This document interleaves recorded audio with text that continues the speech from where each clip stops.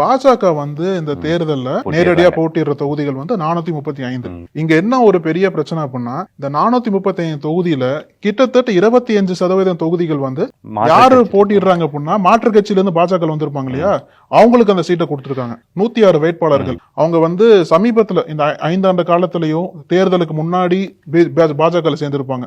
அவங்களுக்கு வந்து இந்த நீ சீட்டை வச்சுக்கோ. 106 வேட்பாளர்கள் குறுகிய காலத்துல பாஜக சேர்ந்து எம்பி டிக்கெட் வாங்குற அளவுக்கு அவங்க வளர்ந்திருக்காங்க பாஜக.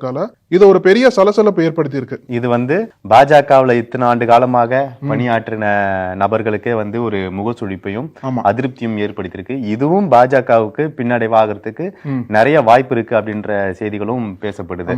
உதாரணத்துக்கு ஆந்திர பிரதேசல 6 பாராளுமன்ற தொகுதிகள், அதுல 5 பேருமே வந்து மாற்று கட்சியில இருந்து பாஜக வந்தவங்க தான். அதே மாதிரிதான் தெலுங்கானால 17 தொகுதி இருக்கு. அதுல 11 பேர் வந்து மாற்று கட்சியில இருந்து பாஜக இணைந்த உடனே எம்பி சீட் வாங்கி போட்டிட்டாங்க தேர்தல்.